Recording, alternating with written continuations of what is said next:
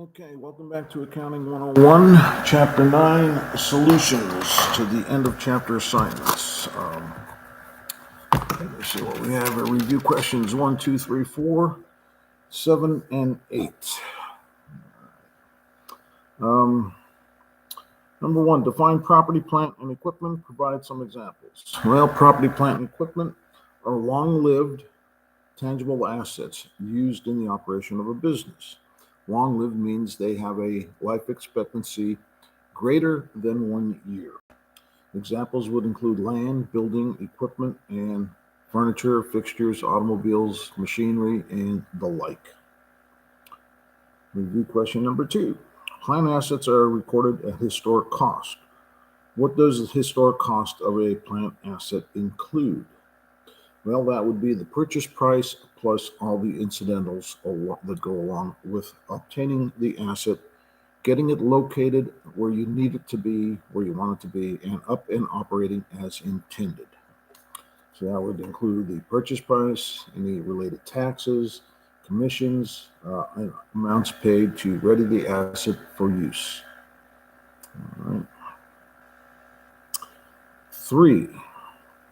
How do land improvements differ from land? Land improvements are depreciable improvements made to land. Things such as fencing, sprinkler systems, paving, concrete, asphalt, signage, and lighting. Land is not depreciable because it has an infinite life. Improvements have a finite life, so that's the big difference there. What is that? Review question 4. What does the word capitalize mean? Capitalize means that an asset account was debited, increased, because the company acquired an asset. Capital assets, except for land, are depreciated over their useful life. Capitalized means we record it as an asset as opposed to an expense. Scroll down here. Just bear with me a little bit. All right, review question number 7. What is depreciation? Define useful life, residual value, and depreciable cost. Okay, depreciation is the allocation of the cost of a plant asset over its useful life. Depreciation matches the expenses of the asset through the yearly depreciation expense against the revenues that asset helps generate. Thereby, we get a better measure of income. Useful life is the length of service period expected from that asset. Again, it's an estimated because you're at the beginning of the asset's life. Who knows how long it's going to last? Again, it could be lost in a natural disaster or an accident or stolen. But again, it's an estimated life, and that is the estimated useful economic life, not its legal life. Residual value, sometimes called scrap value, or what's the other term? Salvage value, is expected value of the depreciable asset at the end of its useful life. Once again, it is an estimate. Estimates are subject to change. As we move through the life of an asset, we may have to revise one or both of them, and if so, revise the depreciation, the annual depreciation expense. Depreciable cost is the cost of the plant asset less its estimated residual, salvage, or scrap value. Those 3 terms are interchangeable. Residual value is the same as scrap value, is the same as salvage value.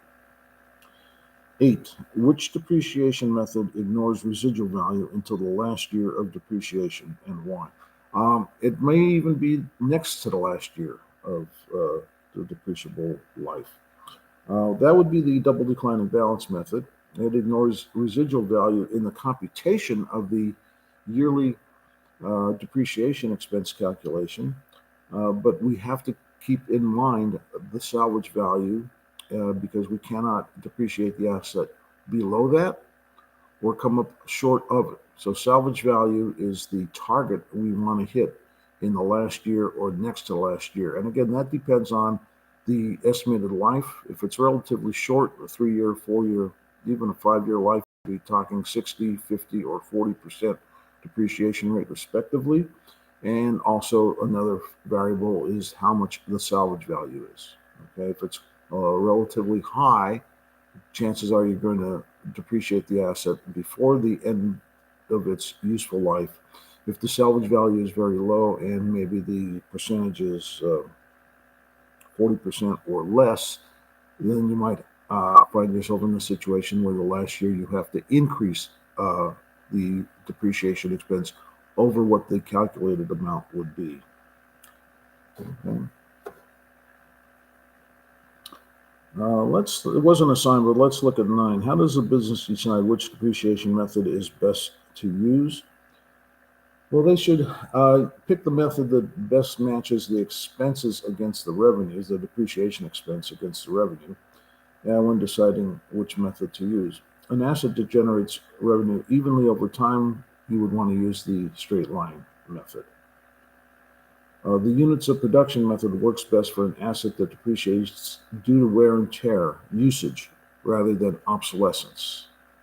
The accelerated method, double declining balance, works best for assets that produce more revenue in their earlier years of its expected life.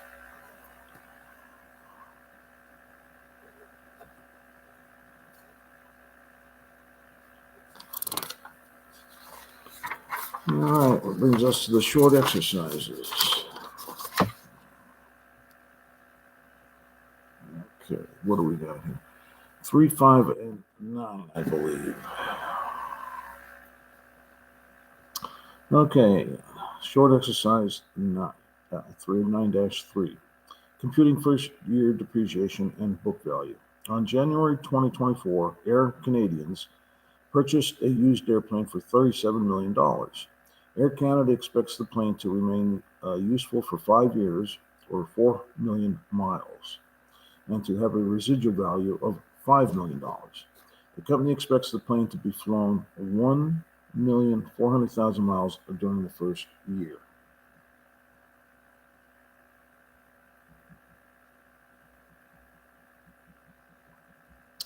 Okay, the requirements.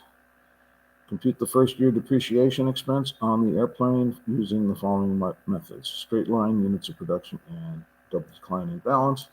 Requirement number 2, show the airplane's book value at the end of the first year for all 3 methods. All right. So I'm going to put down SL for the straight line method and the formula. Cost minus the residual value over estimated life.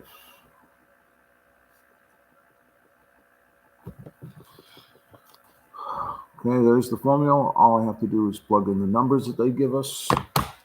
So the cost is $37 million.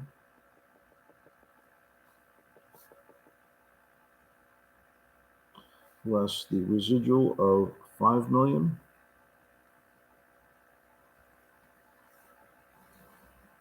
And the life was given as 5 years.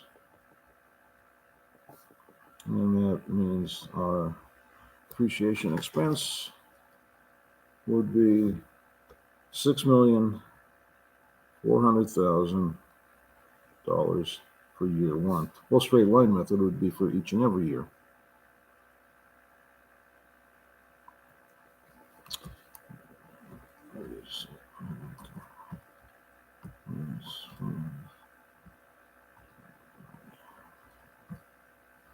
Yes.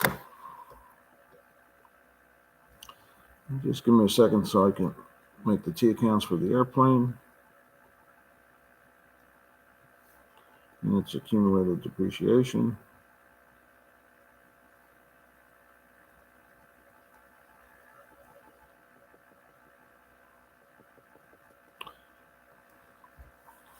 So there's the calculation.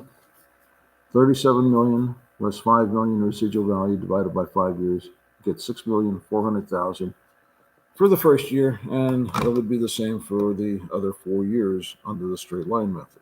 Now I'm going to put the $37 million in the asset account called airplane, and the accumulated depreciation of 6,400,000 for year 1 in its respective depreciation account. There's the airplane at 37 million, the asset. Here's the contra asset account that values it. So those two together, the net amount would be the book value. So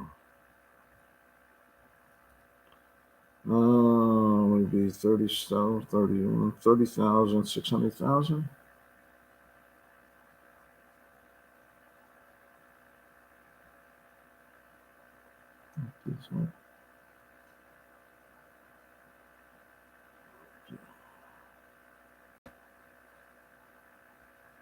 $30,600,000.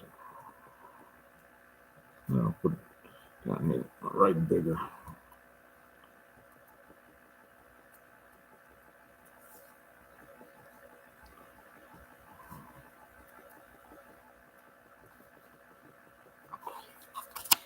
All right, so the book value would be the net of these two amounts, the 37 million less the 6,400,000 would be 30,600,000, and that would be the end of year one. All right, now what do we have to do? The units of production method. Okay.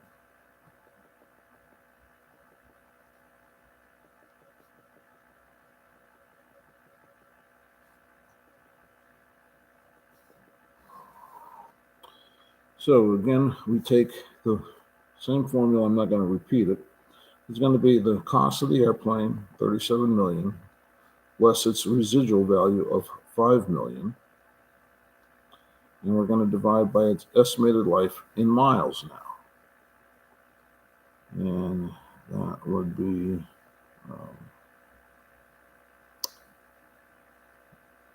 4 million miles.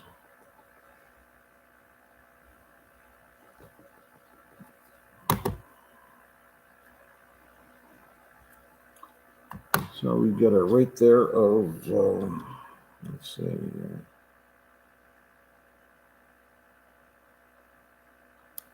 $4 million.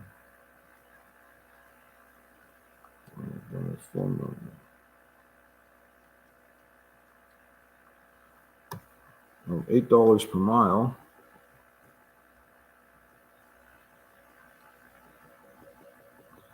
And it says in year one, we flew the airplane 1,400,000 miles.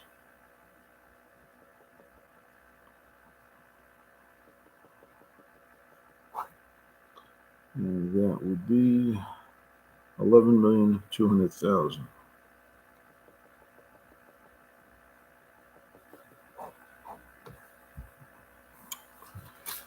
So again, here's the formula: the cost less the residual value divided by the estimated life, but not in years, but in miles. We get a rate of $8 per mile times 1,400,000 miles. That would give us $11,200,000 depreciation expense for the year. So let's see what the accounts would look like. Once again, there'd be a $37 million debit in the asset account, and the accumulated depreciation account would now change to reflect the first year depreciation using the units of production method, which was 11,200,000, and that means the book value would now be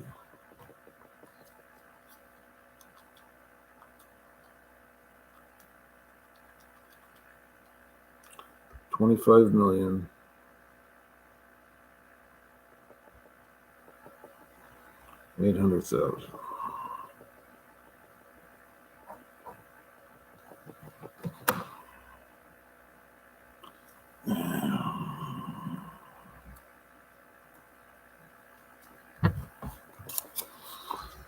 All right, so again, we'd have the airplane at 37 million under units of production. I'll have 11,200,000 in the accumulated depreciation account because that's the expense for the first year. The net of those two amounts would be 25,800,000. And finally, the double declining balance method. So the first thing we have to do is get the rate. Straight Straight line life equals 5 years. That would equal 20%. All right. Straight line life, 5 years, 1/5, 20%, or 0.2. Double it.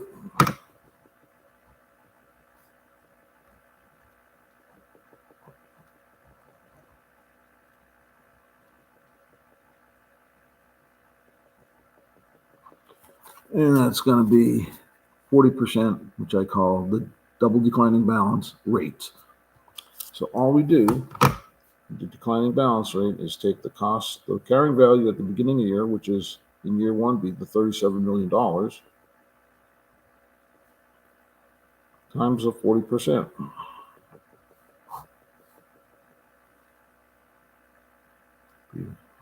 $14,800,000.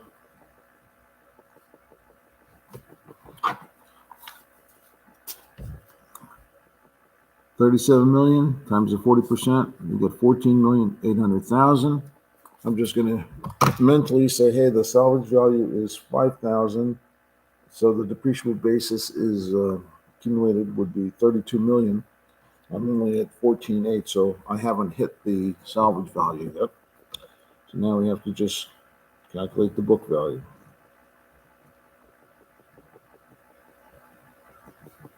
The plane is still 37 million, but now the accumulated depreciation on it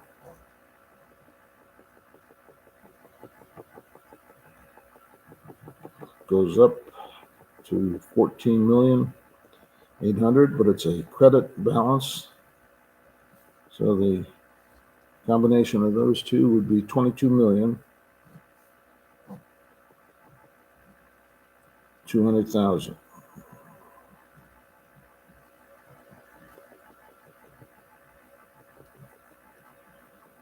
Book value, which can also be referred to as carrying value.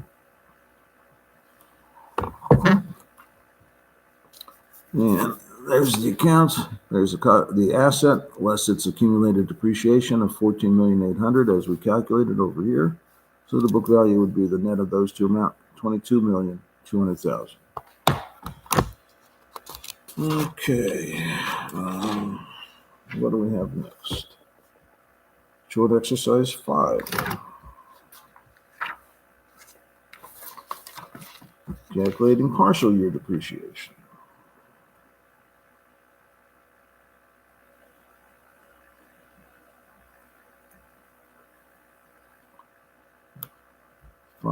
Okay. Let's see, what do we got here? On February 28th, Rural Tech Support purchased a copy machine for $53,400.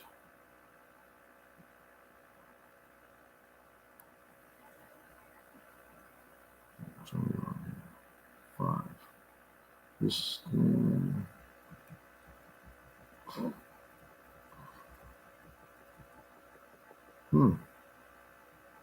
Why is it skipping? Okay, that is all right. Copy machine for $53,500. Let me just put short exercise 9-5 here. So, copy machine is $53,400. Yeah, that's 6 years. And the residual value, $3,000. Okay, so I always just like to jot down all the information they give us so I don't have to go back and reread it and try to find it. Now, what do they want us to do? Compute depreciation expense on the machine for the year ended December 31, 2023. So we got it on February 28th, 2023 to December 31, 2023. So that is a period of 10 months.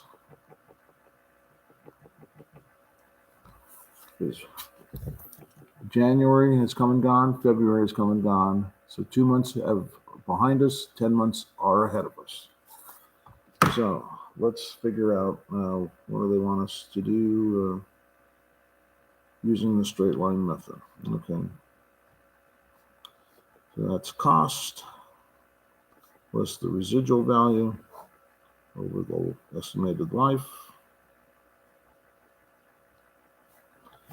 equals $53,400 less $3,000 residual and over 6 years. So first thing we have to do is compute the depreciation expense for a year and then prorated for 10 months of the year. So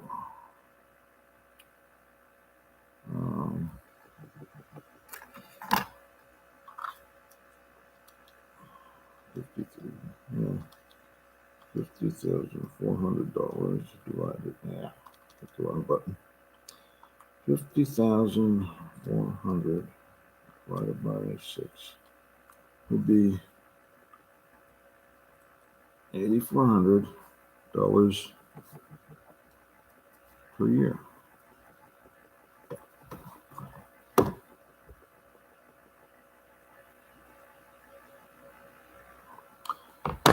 So then we have to take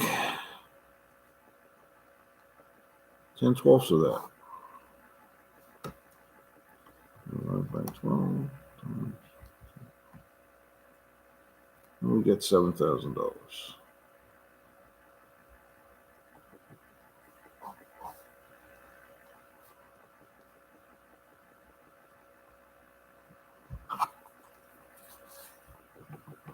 Okay, calculated the depreciation under the straight line method for 1 year, $8,400.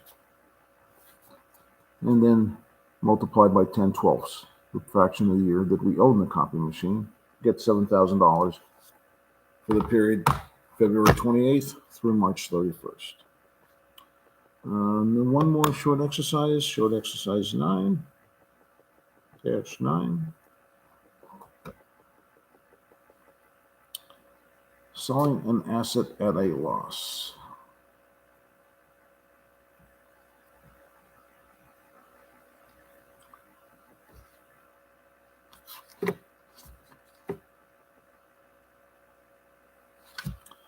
Okay.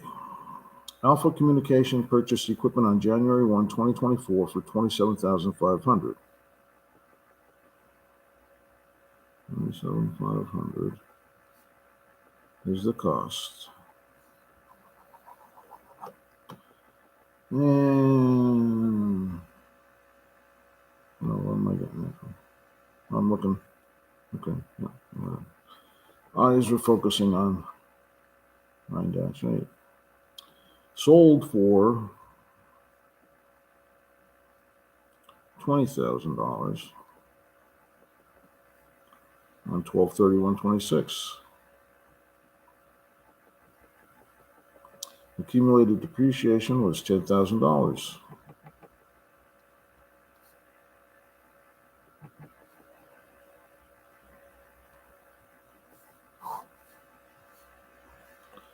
So the basis in the asset is the book value is $17,500.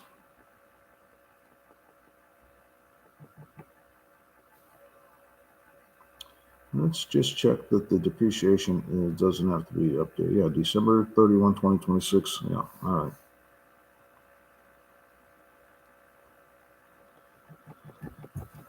Okay, so first thing we have to do is get the cost of the asset. It's given as $27,500 less its accumulated depreciation of $10,000. So that gives us a book value of $17,500. Now we sold it for $20,000. Okay, so we're getting cash of $20,000 for something that's on the book at $17,500. So we're getting more than we're giving up. So that would be a gain. So what do I want us to do here? Journalize the sale of equipment. Okay. So that's the computation. So on December 31 of 2026, we're going to get cash of $20,000.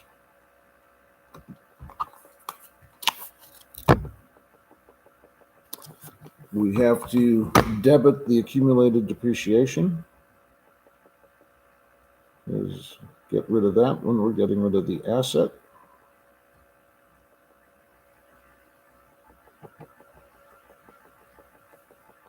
Equipment.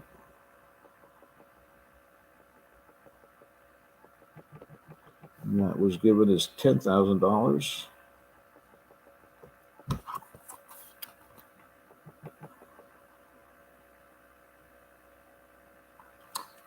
We have to remove the equipment. It has a debit balance, so we're going to credit equipment for its balance. And it's in there at its original historic cost, $7,500. And as you can see, I've got $30,000 in debits and $27,500 in credits in that entry so far, but I'm not done. So I need to put another credit of $2,500 in there to make it balance. And if it's a credit, it's the same thing as having a gain. So we'll call it gain on disposal of equipment. Gain on disposal of equipment.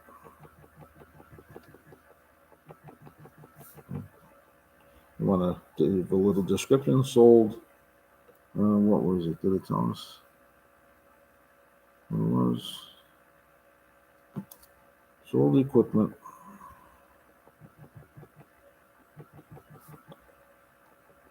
for cash.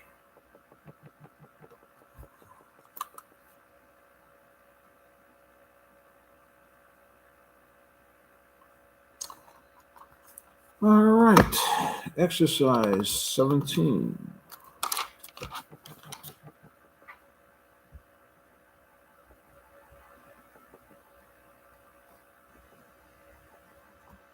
Let's see what it says.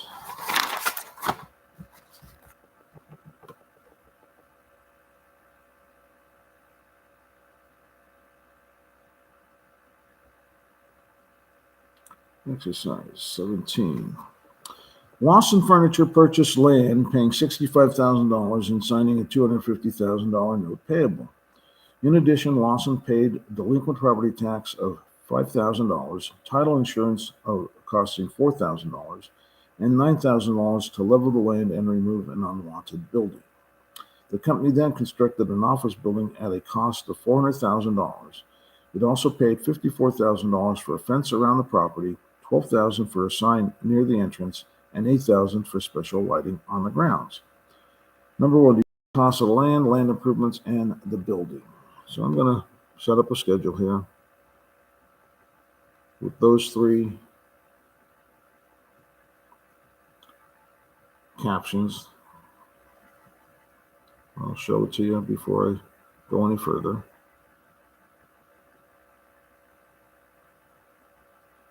And building.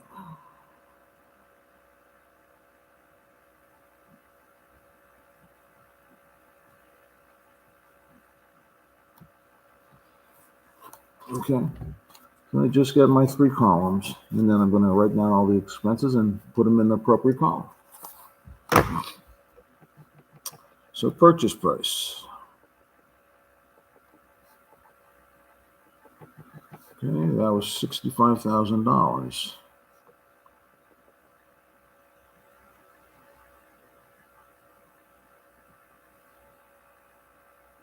Cash, $65,000. Purchase price, note payable, $250,000. Before I go any further, I'll put this up. Okay, so I paid cash for the land, $65,000. I signed a note payable, incurred a liability, a loan, $250,000. all for the land. The property tax, delinquent property tax, $5,000. That's also attributed to the land. Title insurance, attribute that to the land, $4,000. Removal of the old building, demolish the old building. Just say removal of old building or existing building is $9,000. I'm not done yet, just showing you how I am progressed. Everything so far has been attributed to the cost of the land. Now we have construction costs, new building.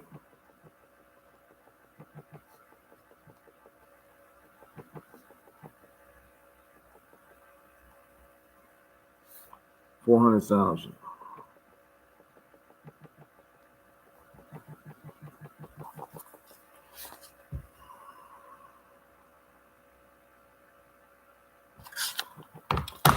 And land improvements now going to fall into place. We have the fence,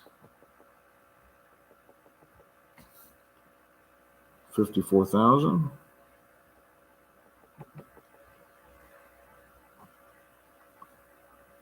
$12,000 for the sign.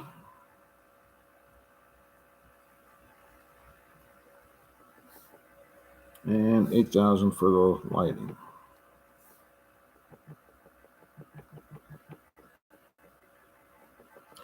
And that does it, except to total them up.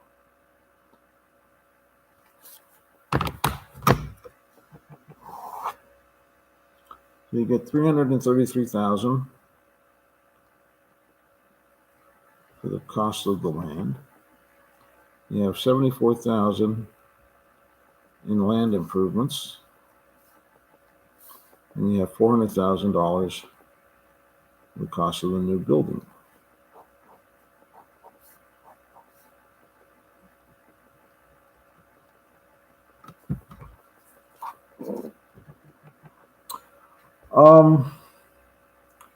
I would probably put those land improvements in separate asset accounts because they probably have different lives.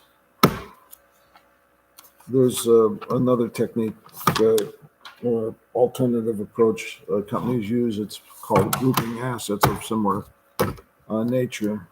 And again, that's beyond the scope of this course. Okay, that was what, exercise 17. Let's go to 19. And I can just read these down. Identifying expenses whether they're capital expenses or revenue expenses. Capital expenditures or revenue expenditures. Distinguishing capital expenditures from revenue expenditures, considering the following, and they list them A through I there. Classify each of the expenditures as a capital expenditure or a revenue expenditure related to machinery. All right.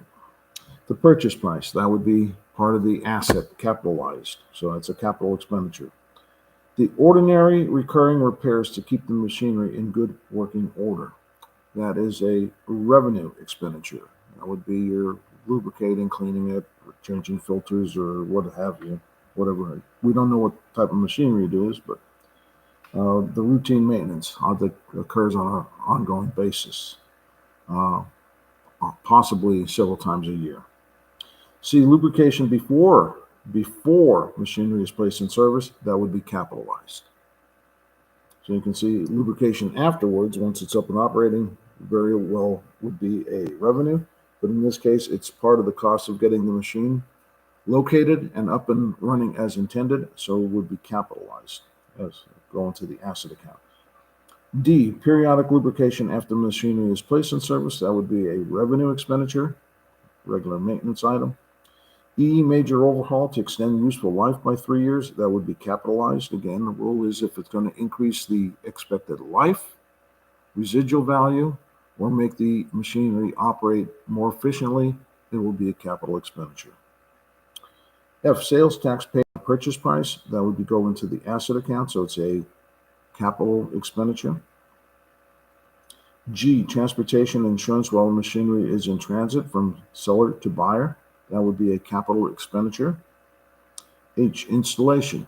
Any special wiring, environmental, humidity, temperature control. That would be a capital expenditure. And I, training of personnel for initial operation of the machinery, including all the cost of raw materials that you use to calibrate it. That would also, and the labor of those employees would be capitalized.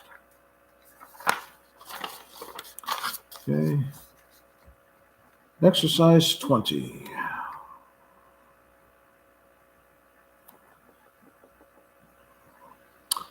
Crispy Fried Chicken bought equipment on January 2, 2024 for $33,000.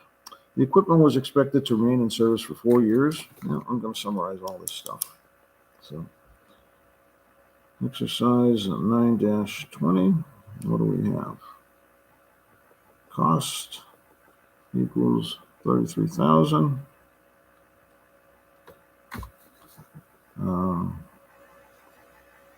Estimated life.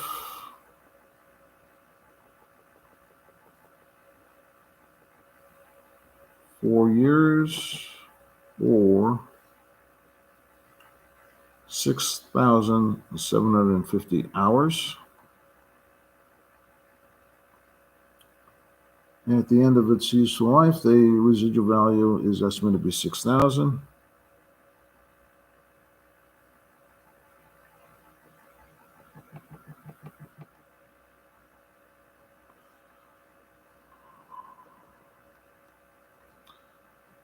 So then depreciable basis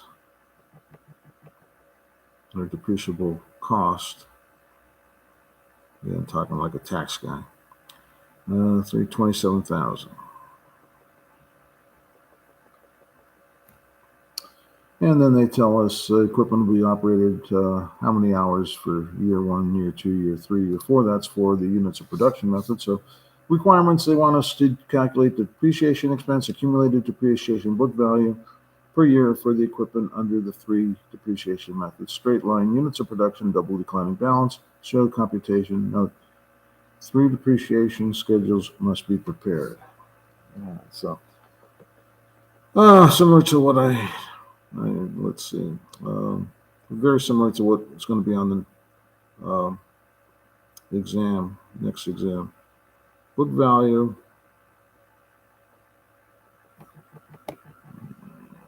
beginning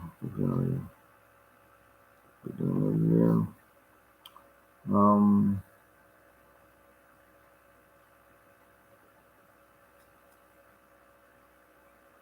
Depreciation expense for the year, accumulated depreciation, and book value at the end of the year.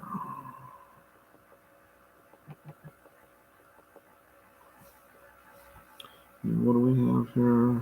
4 years. So 1, 2, 3, 4.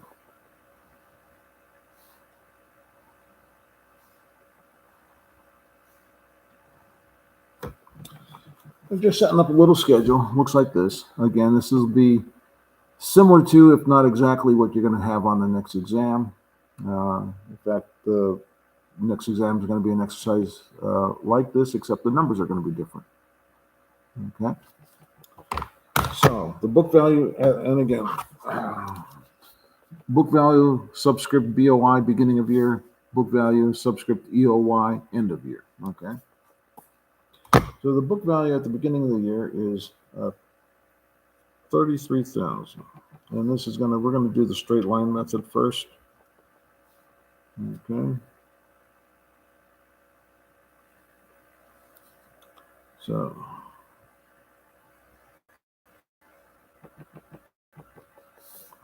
now straight line method is going to be $33,000 less 6,000 divided by 4 years. 27,000 divided by 4. $6,750 per year depreciation.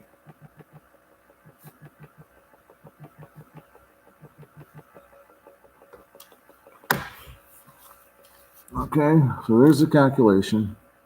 33,000 minus the residual value, cost minus residual value divided by life, gives us the depreciation figure. So with the straight line method, I can, I'd say cheat a little bit, but I can fill out the depreciation expense column in its entirety because it does not change.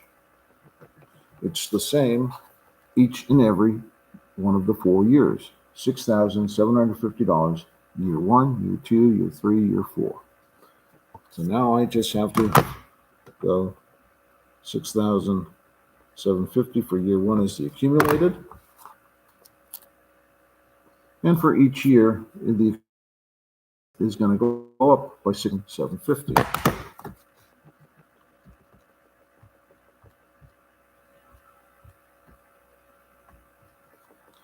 So it'll be 13,500 in year 2,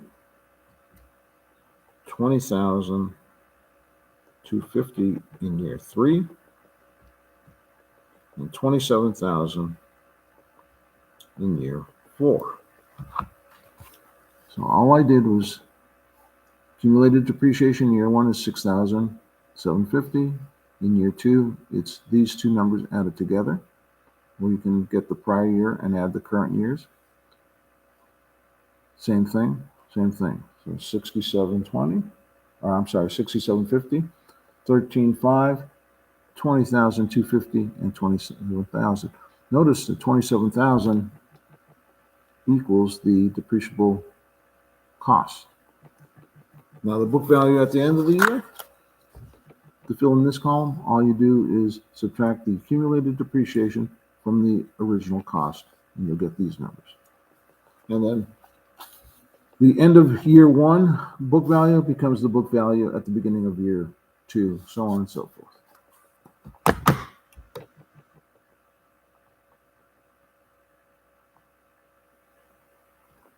Let's see.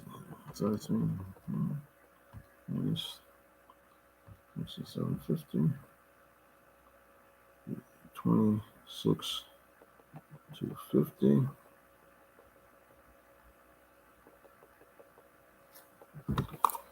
So all I did was subtract the accumulated depreciation from the cost to get the book value at the end of the year. Book value at the end of the year becomes the book value at the beginning of the subsequent year.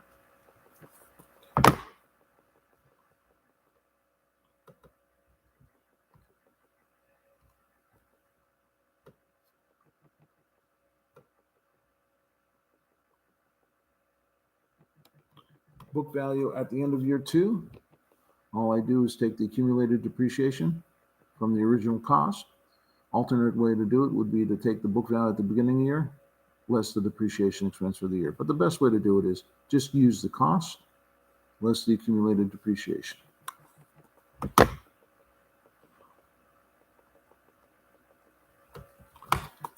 So again, take the end of year 2 book value is the book value at the beginning of year 3. And all I have to do is subtract out and get the book value at the end of the year 3 would be 12,750, which becomes the book value at the beginning of year 4. And you just have to fill in the last one. If I take 7,000 with that, I'll get $6,000, which is, no surprise, equal to the residual value, the estimated residual value at the beginning. All right.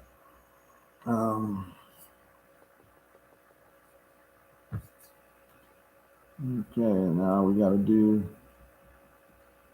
the units of production method.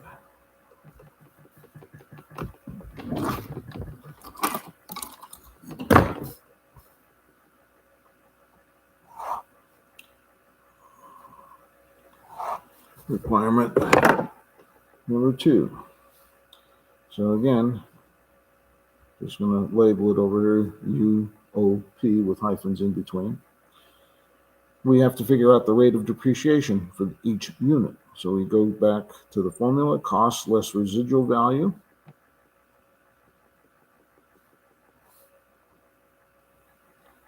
Divided by estimated life of 6,750 hours. And we get a rate of $4, rate of depreciation of $4 per hour.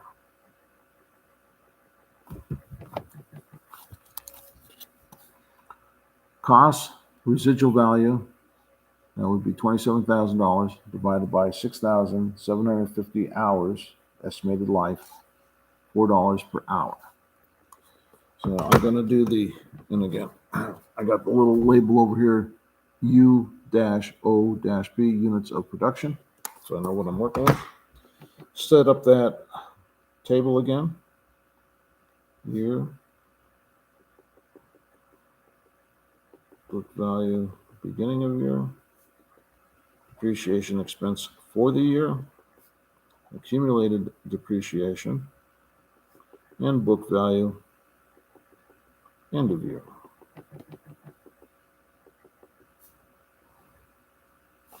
I'm going to make one little change here, and I'll show it to you as soon as I get it down on the paper. Number of hours, which are our units. So in year 1, they told me it was used 675 hours in year 1,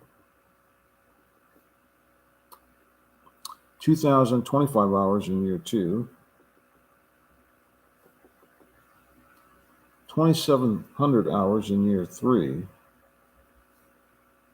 and 1,350 hours in year 4.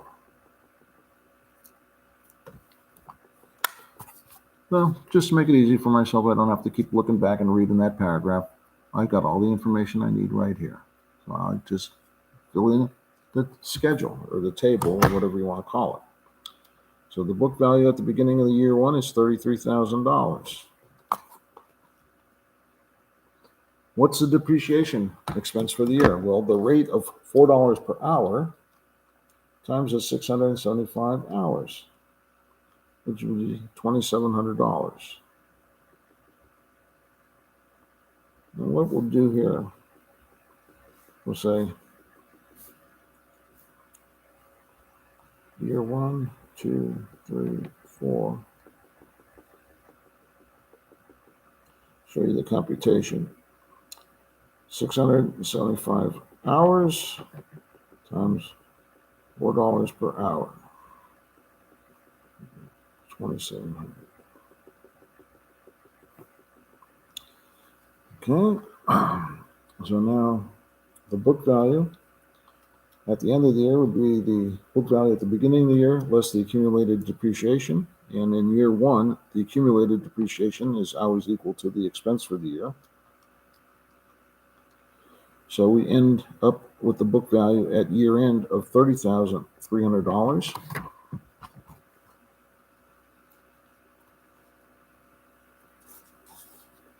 Okay.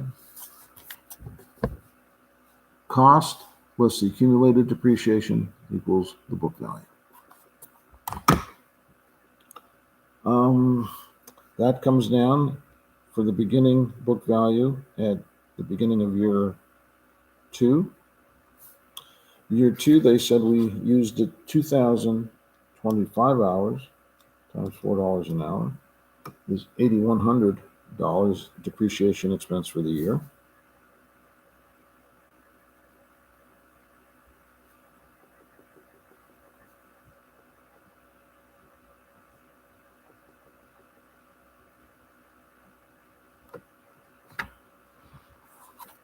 Okay, took the hours times the rate, get 8,100. That's the expense for the year. Now I got to combine these two to get the accumulated. And the accumulated would now be $10,800. So 33,000 less the accumulated of 10,800 gives me now.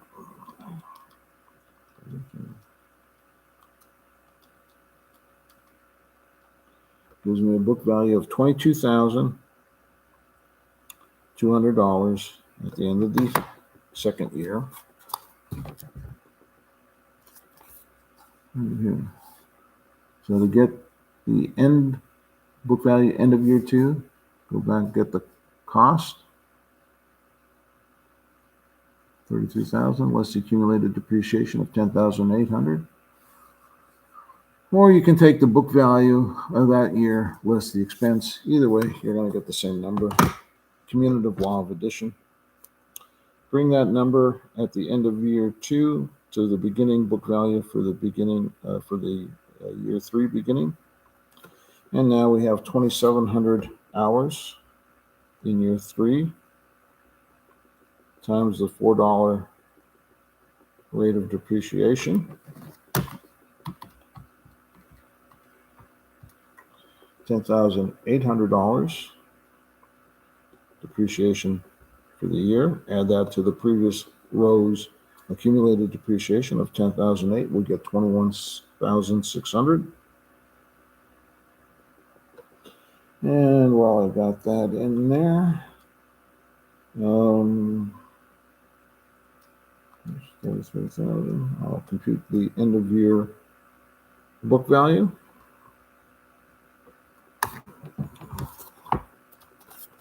I'm going to sneeze, I think. Year 3, how many hours did we work it? Excuse me. Excuse me. 2,700 hours times the $4 rate gives us 10,800. I didn't fill that in. I'll do it right now.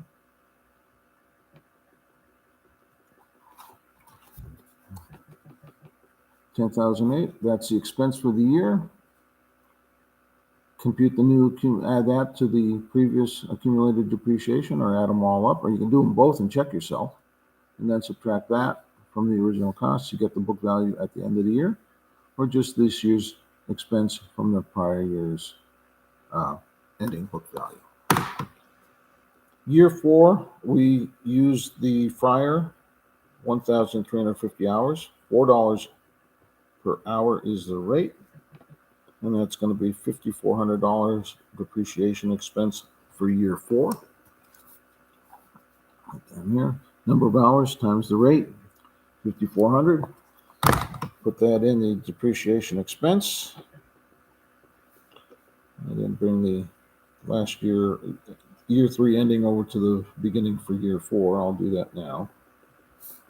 And that's going to bring the accumulated depreciation up to 27,000 and get the book value down to the residual value of 6,000.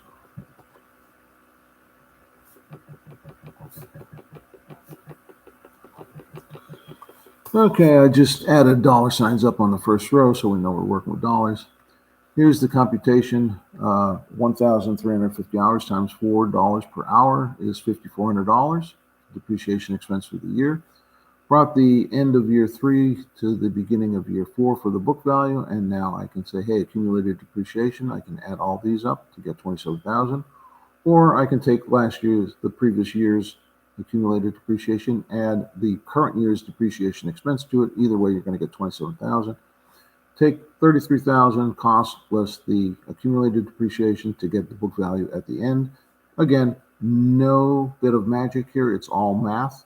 The accumulated depreciation is going to equal the depreciable cost, and the ending book value is going to be equal to the residual value. Now we're going to do the same thing with the declining balance method. Exercise 9-20, part requirement 3. So what do we got to do here? First thing we have to do is get our rate. So what do we have here? A 4-year life, straight line life equals 4 years. Let's make it a fraction, 1/4. That equals 25%. Double it, 50% or 0.5. All right, straight line life, 4 years. Make a fraction, 1/4 equals 25% or 0.25. Double it is 0.5. Let me get the table going here.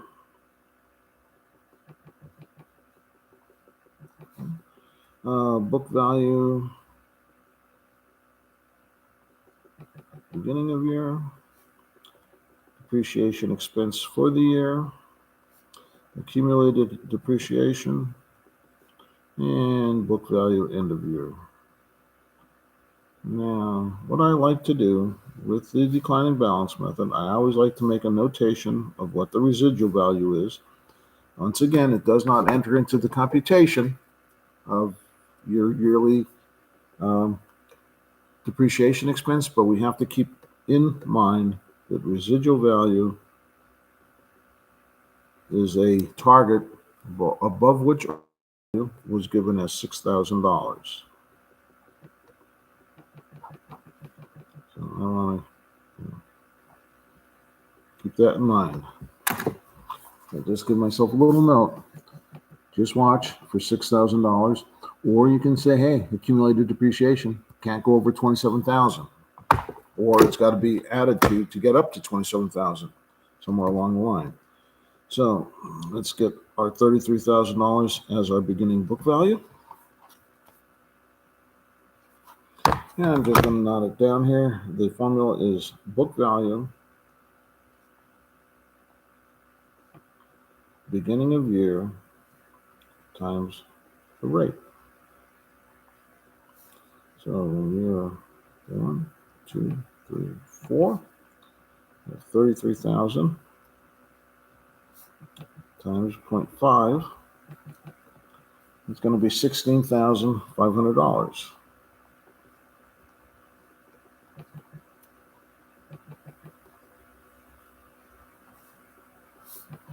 So my accumulated depreciation account at the end of year 1 is going to have $16,500, and my book value is going to be $16,500, just because the mathematics involved.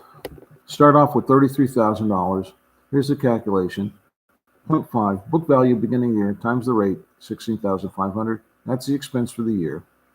Year 1, it's always accumulated and expense for the year always equal in year 1, and it just so happens, because of mathematics, a coincidence, that we have 33,000 less the accumulated of 16,500 leaves us with 16,500.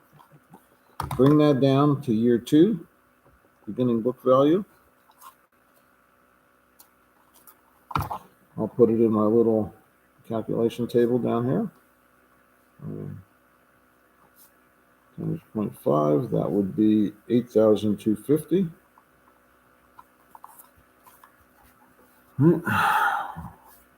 End of year 1, beginning of year 2, down here, times 0.5, $8,250. Put that in for the depreciation expense for the year. Update the accumulated depreciation, becomes $24,750 now, and the book value is now $8,250.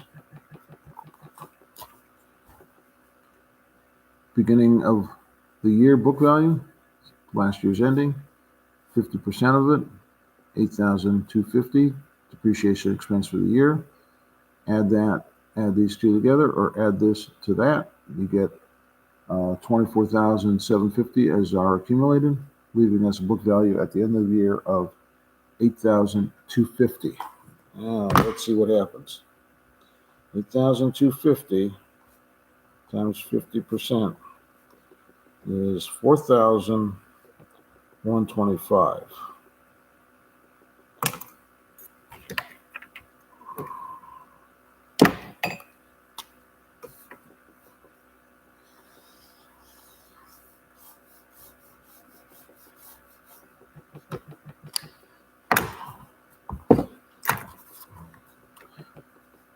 I'll make the calculation. Book value at the beginning of year 3, $8,250. 50% of that would be $4,125.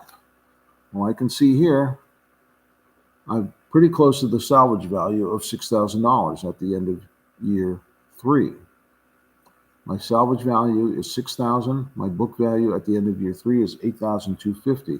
So I'm saying you got to watch, you got to keep this in mind.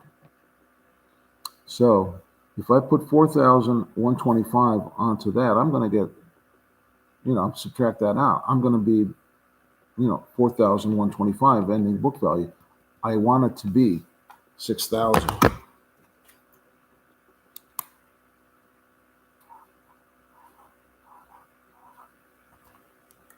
So I can't take the full amount of the calculated depreciation expense because I would get under $6,000.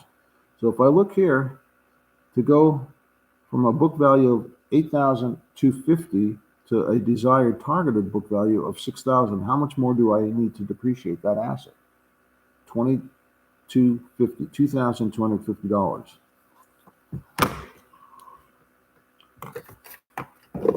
We'll do these in red, except for the book value at the beginning of the year. So the depreciation expense this year is limited to $2,250, just the opposite of the example in the book with the pickup truck, where we had to add to the calculated depreciation expense for the year in the last year of the asset's life. We are now getting the asset fully depreciated in 3 years using the double declining balance method instead of its estimated life of 4 years. So we're limited to the depreciation. We calculated as $4,125, but that would be too much. We depreciated below its residual value. So that's a limit, a floor, which we cannot go below. So you put in the difference, what you need there between last year's book value and the residual value, $2,250.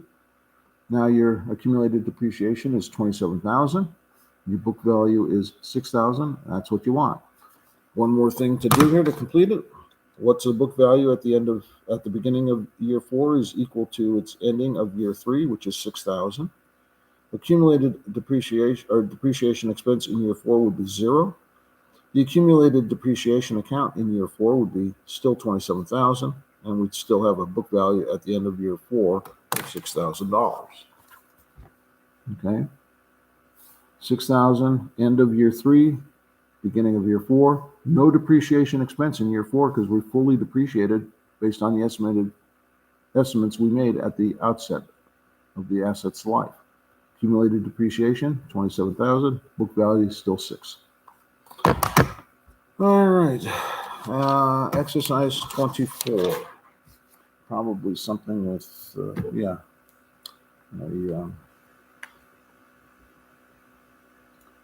where are you? 23. Here we go, 24. All right. What do we got here? Natural resource. Cannon Mountain Mining paid $462,300 for the right to extract mineral assets from a 400,000 ton deposit. In addition, a purchase price, they also paid $900 filing fee, $1,800 license to the state of Nevada, and $55,000 for a geological survey of the property. Okay.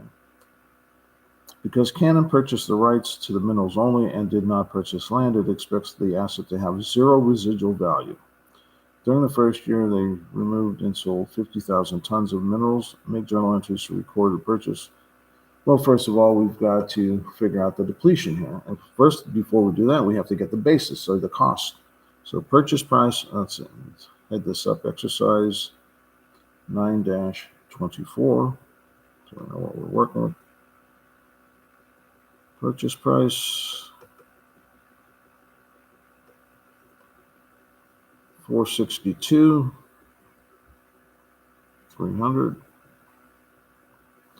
And then we have the related cost of filing fee of $900 and a licensing fee.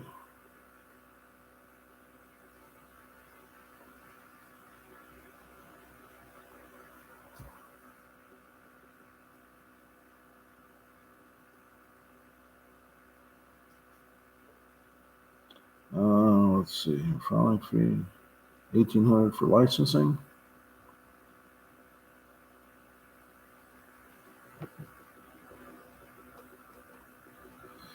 $1,800, and a geological survey.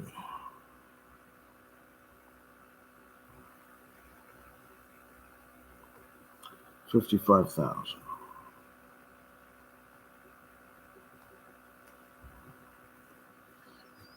All right, so what do we got? 900 plus 1,800 plus 55,000, 57,700.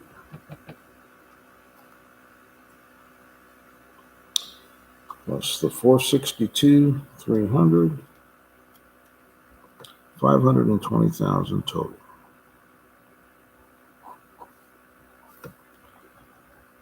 Total appreciable cost.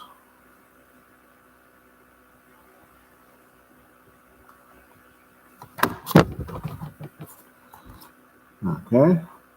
Purchase price, filing fee of 900, license of 1,800, and the geo survey of 55,000. Total 57,700 added to the purchase price brings us to a grand total of 520,000. Now let's divide that by the estimated reserves. The residual is 0, so let's just divide that purchase price by the 400,000 tons.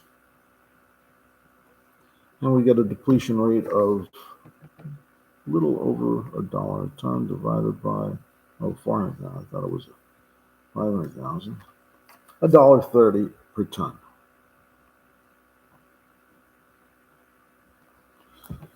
Okay. So that's the cost. 0 residual value. So I just take the tons into the cost, $1.30 a ton. How many tons did we take out? 50,000. Took out and sold. So that's $65,000. And they want us to do the entries for the purchase.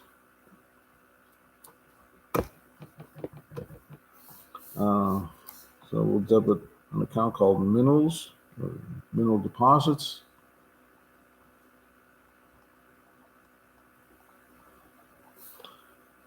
We'll do one for the purchase price.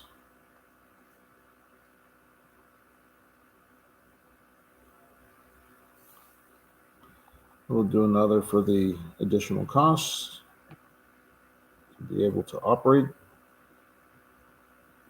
and extract the natural resources.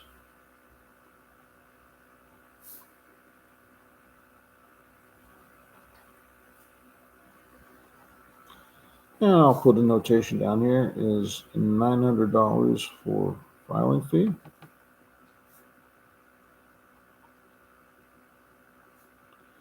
$1,800 for a permit, licensing permit, and $55,000 in geological survey. So when I come back, if I need any reference, I can come back. I have that information. So there's the 2 entries: the original purchase price plus the costs that were incurred subsequent to purchase price, purchasing it, and I enumerate them in a memo. Now, we already calculated the depletion expense of $65,000, so call it what it is, depletion expense.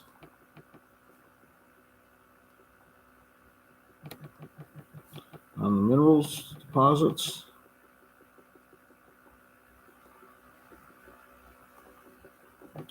and you can go accumulated depletion,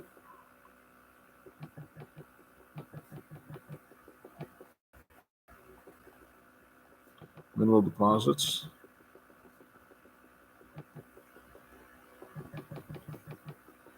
or you could directly credit the asset mineral deposits.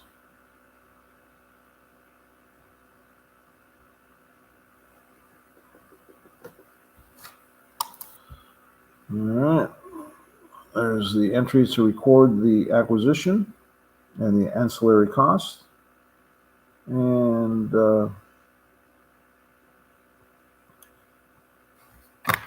depletion for the first year. Okay. And I think that does it. 24, yeah. All right. Hope you enjoyed them. And I hope you trying to, you've got the solutions. You worked along, watched me, worked along, doing them with me maybe. I suggest that you try them by yourself and then review the tape to see if you could do them by yourself. All right. Talk to you next weekend or next week.